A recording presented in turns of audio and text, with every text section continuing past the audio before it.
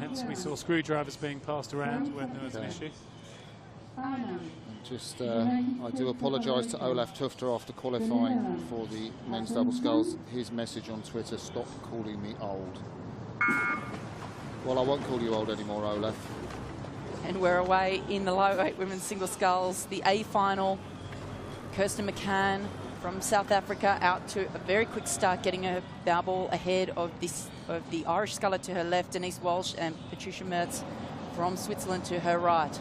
Well, Kirsten McCann took it on yesterday and was very brave in the semi-final. She looks like she's going to do it again here, as we see her really sculling nicely, very efficiently, but clearly making a statement. She wants to get out in control, get out in front, control the race, and put pressure, which she's doing already on the scullers around her. Denise Walsh more than a length behind. So we take a look here at Kaiser on the lane 6, looking more sedate really in terms of the way she's gone off. Perhaps she'll have more pace later on in the race. Yeah, but technically and efficiently, I mean, she's really doing a great job. It's efficient, isn't it? She's great, I think, that Dutch sculler. But McCann, she's got the fastest first corner. So I tell you, Mertz is going to be really pleased that she's in close contact with the South African. And I think the Swede too, Emma Fred, the 27-year-old over there on that far side. Kirsten McCann out of that South African Olympic double in Rio that finished 5th. The 29-year-old is using all her experience. She would expect to be out in front at this stage of the race, but we've seen how these races unfold latterly. We saw Kirsten McCann in her semi-final, and she looks so strong and so composed. I know that we've been enjoying the luck of the Irish so far this morning, but I think that it's hard to look past Kirsten after that really composed semi-final performance that she had. But slowly easing back on her now is the Swiss and the Swedish scullers off to her right-hand side in lanes 1 and 2 as they're going to come through the 500 metres. We've got basically 4 boats locked together.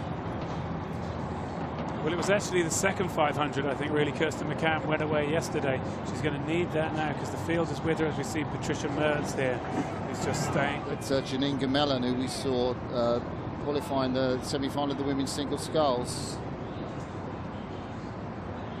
They do have a very similar style, I think, with that like smaller sort of athletes, a little bit more compact what they're doing, but like you say, very similar technical capability.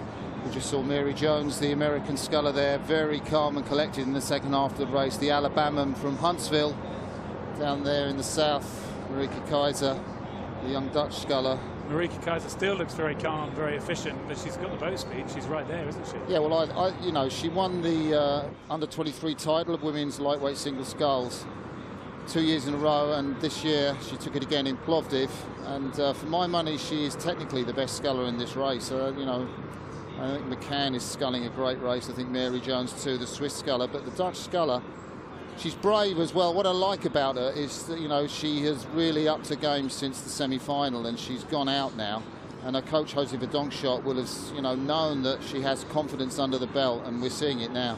She's incredibly long, really long and lean, and really making the most of that extra length I think that she has over the other scullers, and she looks so smooth. The boat's just really trimming very nicely through the water. There's no superfluous movements. The boat's really flowing. Look, just 20 years of age. I mean, she's going to find a partner. She's going to be in the lightweight women's double sculls in the Tokyo Olympics. But hey, this is about this women's single sculls in this race. And well, there's a lot of sculling to go as we go through the 1,000-metre mark, but she has made a move. So what's her third quarter going to be like? The race unfolds.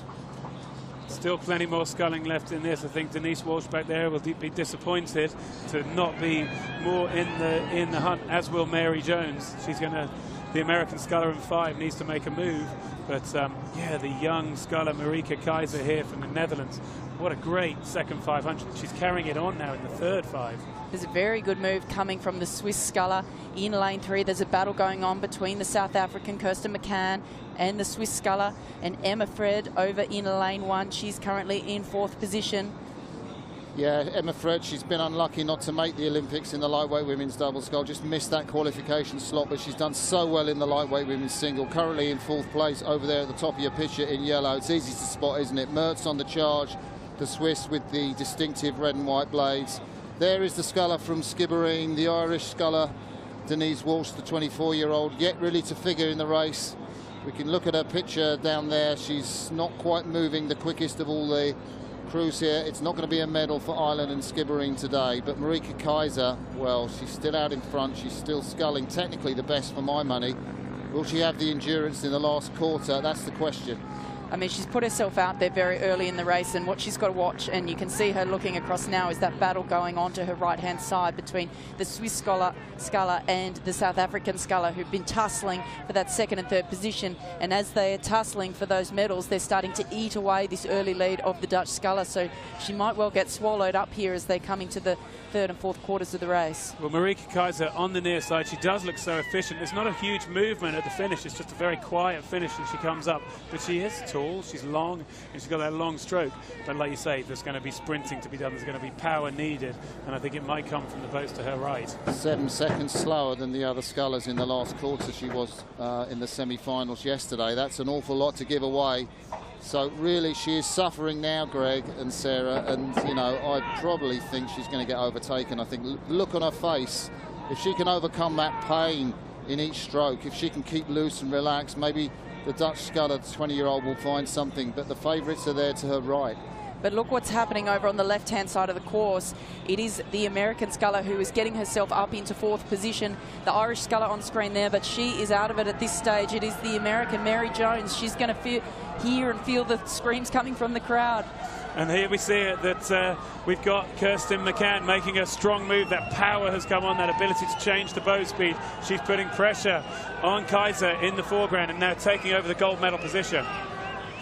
Mary Jones still out of medal position. Look for the bow number 5. Marika Kaiser desperately trying to raise her rate of striking, but Kirsten McCann, the South African's gone through. Will Patricia Mertz, the Swiss, take the silver medal away from the Dutch? Marika Kaiser's got to respond, hasn't she? She's got to respond now to this push from the South African. It could still come. She could still go back, but I think it's going to be tough for her. Isn't that brave? Marika Kaiser, she's not letting go. She's not letting the Swiss come back at her. She's got about 25 strokes to go. This is pain, pain, pain all the way. McCann out in front.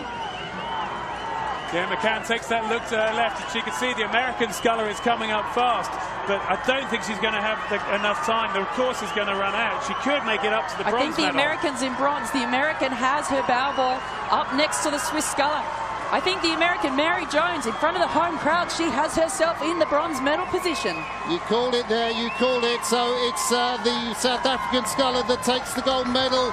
Fantastic finish from her. The Dutch sculler takes the silver, and Mary Jones, wow, wow, wow, does take that bronze medal. Sarah Cook, you called it.